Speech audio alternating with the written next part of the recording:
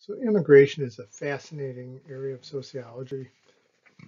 It seems like it's um, uh, been, at least in the last few years, a political um, issue, but in fact, immigration around the world has always been an issue. Um, okay, so the major questions are: what is immigration? How has it changed over time? Why do people move? How do immigrants fare in their new environment? What are the consequences of immigration?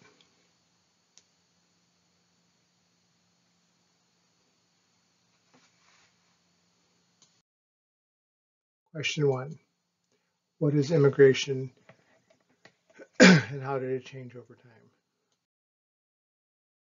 From a sociological perspective, immigration is a process. It's an ongoing process. It's been going on since human populations in small areas has grown. There's emigration and immigration. That is, people moving to a place and entering a country, or people leaving a place, which is emigration. Receiving and sending countries. Who benefits? Um, so those are important things to consider. So during the Syrian refugee crisis, countries around the world were taking immigrants, Syrian immigrants. Some people were actively recruiting them. Germany was recruiting many immigrants from Syria because many of them were younger with good labor skills. So it really depends in many ways on the receiving and sending countries what they want. Immigration policy in the United States is in flux at the present time. There's legally permanent residents, um, which would include most of us, foreign born residents or naturalized citizens or derived citizens, and temporary legal residents. These are non-immigrants. And then authorized immigrants, or as the term goes, illegal immigrants.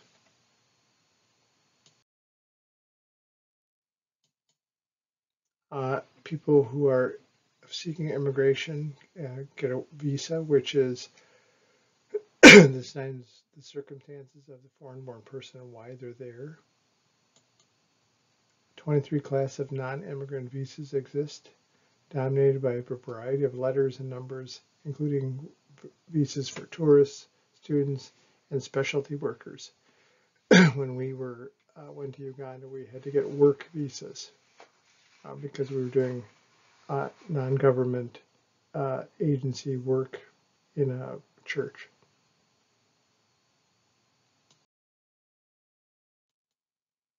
Your status can include your refugee status or asylum status if you're a political or otherwise refugee. And then you can gain legal permanent residence. Immigration is a very complicated process in the United States. In fact, Chicago has many immigrant attorneys that represent people to sift through these issues. The number of legally permanent residents is numerically limited from each country. And some countries have numerically unlimited legal permanent residents. Immigrant behavior cannot be understood without understanding immigrants' legal status in the United States. So, for example, people may not drive, they may take public transportation, they may keep a low profile because of their status in the United States, which includes the legal permanent resident status, the green card, whether you're being sponsored. Becoming a citizen is a process called naturalization. The period of time that the legal and permanent residents, their physical presence in the United States, knowledge of English, knowledge of history and government in the United States, whether they're good moral character, and their attachment to the United States Constitution. Interestingly enough, you might turn this question on yourself. How would you do on the naturalization test? Knowledge of government and history, good moral character, and the only difference is that we were born here and they weren't. It can be from a parent. Children who are legally permanent residents, unmarried, under 18, and in parents' legal and physical custody automatically become citizens. They derive citizenship from their parents. So then you see cases where two people who are not legal residents have a child who becomes a legal resident and causes all kinds of legal and logistical nightmares. First immigration era was in 1789 to 1874, called pre-restriction. There were no restrictions at the time. Second wave was 1875 to 1920, was qualitative restrictions. They've explained these in the textbook. The third wave was 1921 to 1964. There was worldwide qualitative restriction and quantitative on Eastern Hemisphere. That would be in Asia. In the fourth immigration era, from 65 to present, there's both qualitative and quantitative restrictions on both hemispheres. Question 2, why do people move? There's a self-selection process, push-pull factors, and migration dynamics. What factors influence the desire to move? There are many. Some are push factors. In home country drive people to leave. So, for example, when people left Syria or left Eastern Europe during World War II, that's a push factor. They include economic hardship, political strife, etc. And there are pull factors in receiving country, what attracts people to go there. And the same thing, economic and political characteristics. People like to come to the United States because it's a land of opportunity. Who could blame someone for not wanting to immigrate legally or otherwise to get out of a bad situation, especially if you have a family?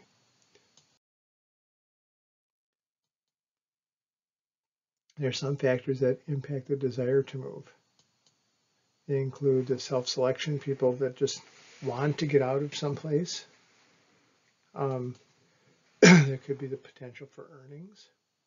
So you have a skill set that could make you more money in a certain place, so you decide to move.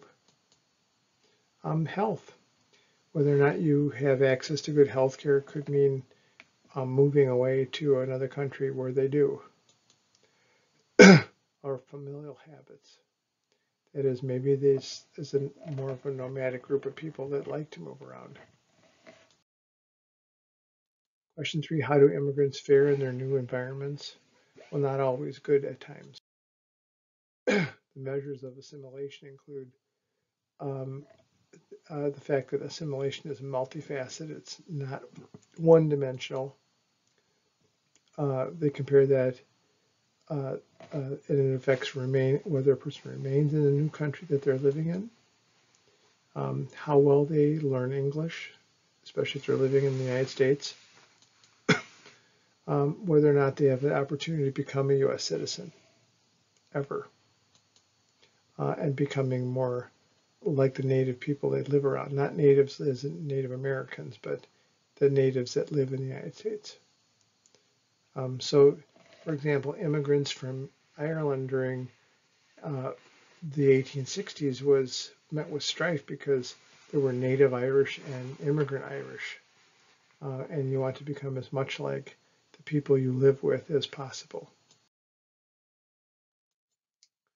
Data from the New Immigrant Survey shows that fundamental ideas in studying immigrant assimilation. So they can measure some of those things and actually see if there are emerging trends. Defines the population whose assimilation is studied. I mentioned Irish just a minute ago, but they didn't have this back in the 1860s.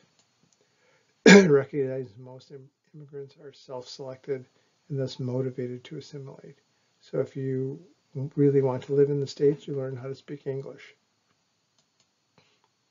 And identifying the roles of family reunification within the system. So some families split up so they can actually all get here, and then they reunify at some point. In fact, my grandparents, when they came from Eastern Europe before World War II, actually came separately and reunified in Detroit.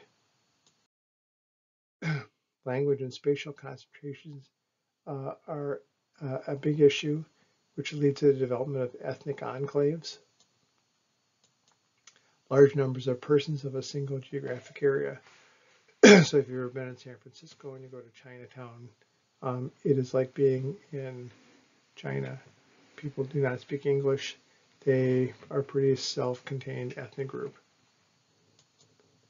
Their knowledge of English more likely on the high concentration areas of non-English speaking people.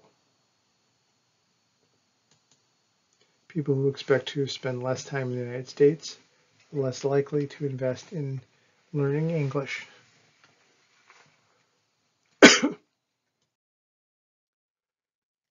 Question 4.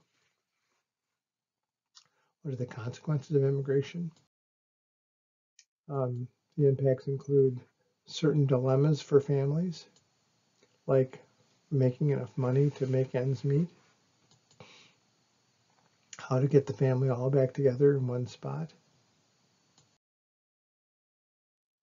The impacts of immigration also include the children of migration, foreign-born children living in with foreign-born parents in the United States. That is a whole separate problem. Native-born children living with foreign-born parents in the United States, like the Dreamers. And foreign-born children living in the origin country. Native-born children living with parental origin country. So depending on if the parent is foreign-born or living in the original country, and whether or not the child, where they were born at too. So you can get a typology of parent and child country of origin. There are second generation effects. How do second generation kids fare? They live in the destination country born to foreign-born parents. They do better than their parents, basically, because they learn English. They assimilate more quickly. They outperform third and higher generation children of similar potential, partly because they are more motivated to assimilate. And the varied outcomes by children of highly skilled immigrant parents. So all children don't do equally well. If your parents are highly skilled, it may in fact impair your performance. Unauthorized status, JASO did a research study and discovered that the probability of being fluent in English was higher among children whose parents had illegal experience than among children whose parents had never been unauthorized. Again, take into consideration some of those factors, the motivation to assimilate.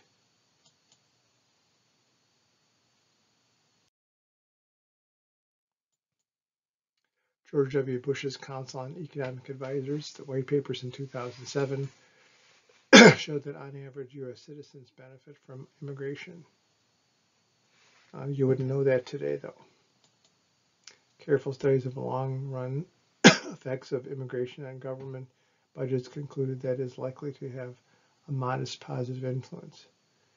We need to keep in mind, too, that most everyone that's listening to this, or for that matter in this country, were at some point immigrants to the United States.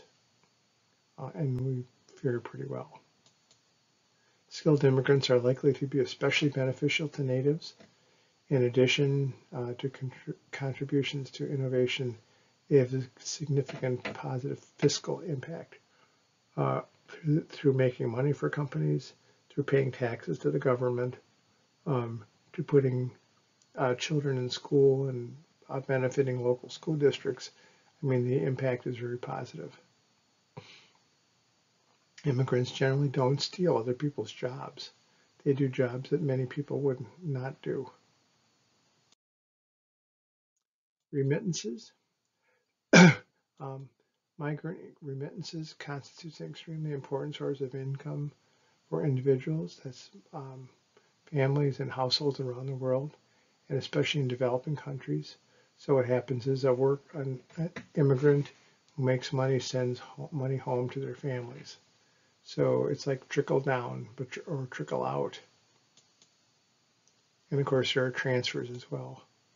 Not only do people send money home, but some people actually get money from abroad. And that's the end.